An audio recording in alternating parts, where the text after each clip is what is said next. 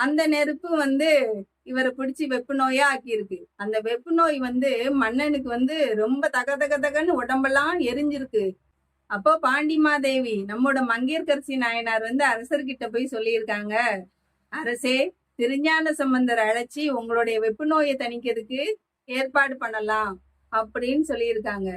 அந்த நேரம் கூன் பாண்டியன் திருஞான சம்பந்தர் அப்படிங்கிற அந்த பேரை கேட்ட உடனேயும் அவருக்கு அந்த வெப்பு நோய் கொஞ்சம் குறைஞ்ச மாதிரி இருந்திருக்கு.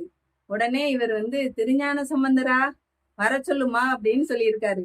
அப்படி திருஞான சம்பந்தரா அப்படின்னு சொன்ன உடனேயுமே நம்ம பூன் பாண்டியனுக்கு வெப்பு நோய் இன்னமும் கொஞ்சம் குறைஞ்சிருக்கு. அத அவரு உணர்ந்திருக்காரு. எந்த சமயத்துல கணவர்கிட்ட போய் அந்த வார்த்தையை சொல்லி திருஞான சம்பந்தரை வரவழைக்கணும் அப்படிங்கிற அறிவு மங்கையர்க்கரசி நாயனாருக்கு இருந்திருக்கு. அந்த சமயோஜித அறிவால அவங்க திருஞான சம்பந்தரை வரவழைச்சாங்க.